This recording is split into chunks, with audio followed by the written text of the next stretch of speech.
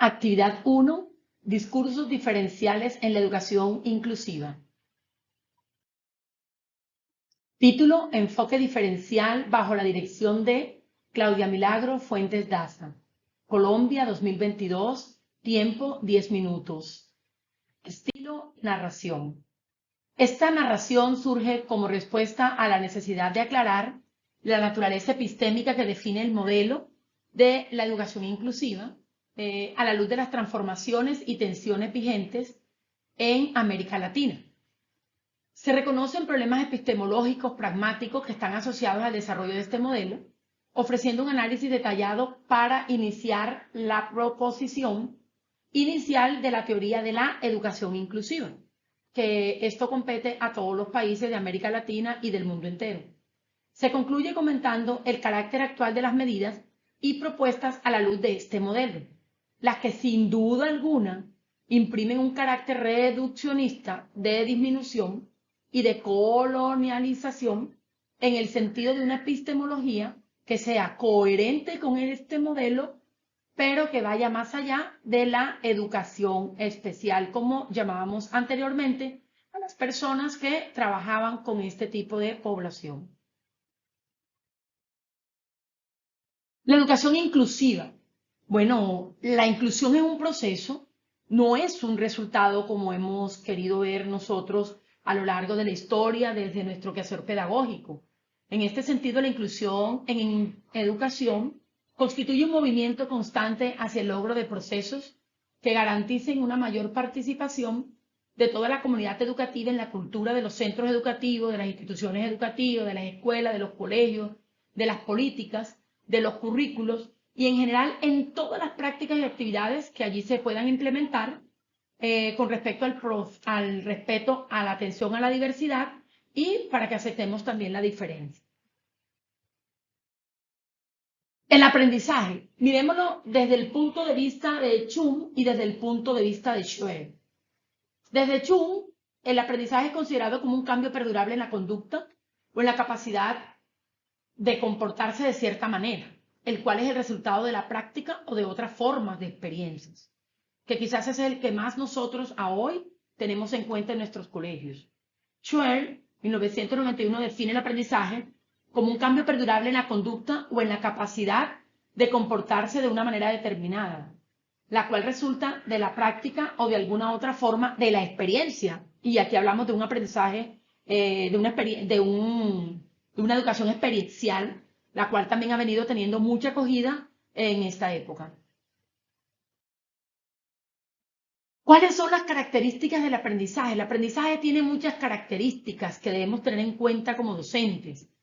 El aprendizaje es susceptible de manifestarse en un tiempo futuro, contribuye a la solución de situaciones concretas. El aprendizaje es significativo porque lo que se va a aprender adquiere para el aprendiz un significado y sentido personal. Es activo, debido a que el estudiante tiene una búsqueda activa de conocimiento, sed de conocimiento, de saber más, de ser curioso. Formativo, ya que el estudiante a través del aprendizaje se apropia de valores principales que va acumulando por la sociedad y también de todo lo que nosotros hacemos por ellos en las instituciones. Ser un producto, ya que comprueba de forma concreta el proceso de aprender, y ser la adquisición de un nuevo conocimiento, habilidad o capacidad.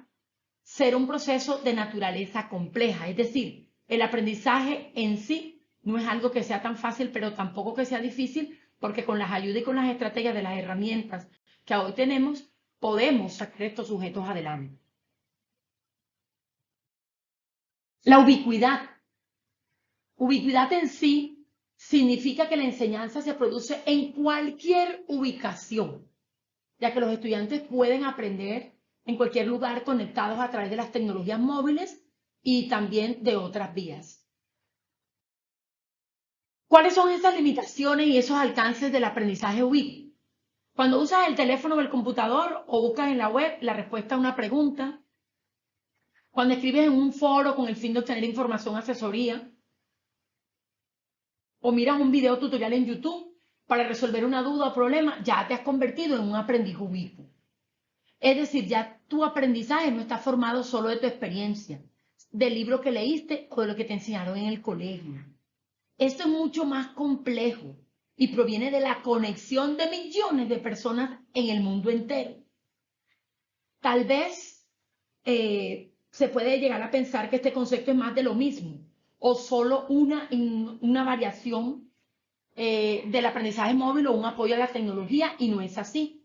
En el aprendizaje ubícuo la tecnología juega un rol determinante, pero el verdadero cambio radica en pensar sobre las oportunidades de aprendizaje significativas y relevantes que hoy por hoy nos ofrece este tipo de aprendizaje. ¿Cuáles son las etapas del aprendizaje ubícuo?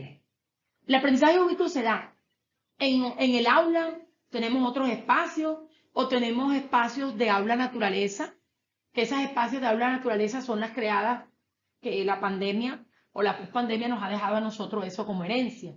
Entonces, la implementación tecnológica y un adecuado desarrollo didáctico permiten procesos formativos ubicuos, diferentes lugares, diferentes contextos, bueno, vinculan diferentes espacios, formales, informales, lo podemos hacer desde un parque urbano, lo podemos hacer desde la montaña, etcétera, etcétera. Relación entre aprendizaje y ubicuidad. Bueno, el aprendizaje tipo ubicuo, o también denominado U-Learning, el aprendizaje tipo ubicuo, o también denominado U-Learning, tiene mucha utilidad para los estudiantes y los docentes hoy en día, porque este permite brindar una enseñanza-aprendizaje más individualizada, personalizada. Se puede dar en cualquier momento, en cualquier espacio, en el patio del descanso, se puede dar en la sala informática, en el aula de clases, en los auditorios, etcétera, etcétera. Ya eso depende de las plataformas y el aprovechamiento que cada uno de nosotros hagamos con él. Este tipo de aprovechamiento integra la tecnología como una estrategia que permite a los estudiantes acceder a la información que ellos deseen y en el momento que lo deseen. En este escenario, tanto el docente como los estudiantes generan esos espacios o esos ambientes, los cuales se utilizan a través de las TIC. ¿Cuáles son los actores en el aprendizaje ubicuo? La movilidad, la interacción, la colaboración, la informalidad, la flexibilidad. Y principalmente, pues no podemos dejar de lado que aquí tenemos al estudiante y al profesor. Nosotros no podemos desmovilizar, por decirlo así, estos actores que son los principales dentro de este proceso del aprendizaje ubicuo. ¿Cuál es el rol de los actores?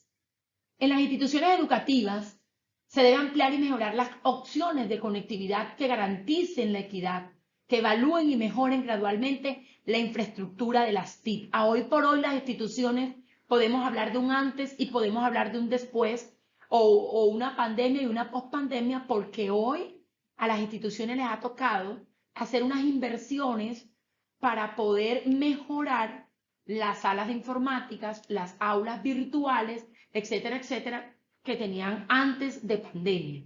Porque sí o sí tenemos que decir que la pandemia, el COVID-19, fue determinante para poder darle un boom que ya venía a las docentes. Utilización de nuevas estrategias didácticas y de innovación, ya que se pretende que las tecnologías móviles y otras asociadas al aprendizaje ubicuo impacten positivamente en la formación. Ya hoy el profesor de informática sí continúa, tiene trabajito en el colegio, pero a hoy todos los docentes deben manejar estrategias con las TIC. Las TIC deben convertirse en una herramienta de mediación, como veníamos hablando anteriormente, de un aprendizaje ubicuo. Los estudiantes, bueno, aquí creería yo que ellos se llevan la parte del protagonismo. El aprendizaje ubicuo permite un modo más social de aprender. Son autoaprendientes o autoaprendizaje. Los estudiantes tienen la oportunidad de aprender dentro de un ambiente de aprendizaje que les ofrece la adaptabilidad a sus necesidades individuales y a sus estilos de aprendizaje. Aquí hay algo que debo resaltar y es lo siguiente. Aquellos estudiantes que tienen barreras para el aprendizaje, la comunicación y la participación tienen aquí un aspecto determinante.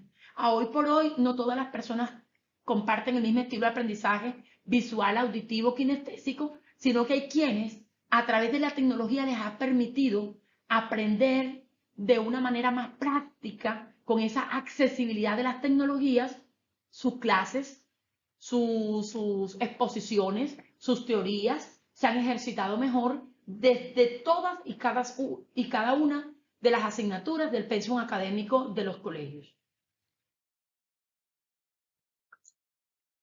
Muchísimas gracias.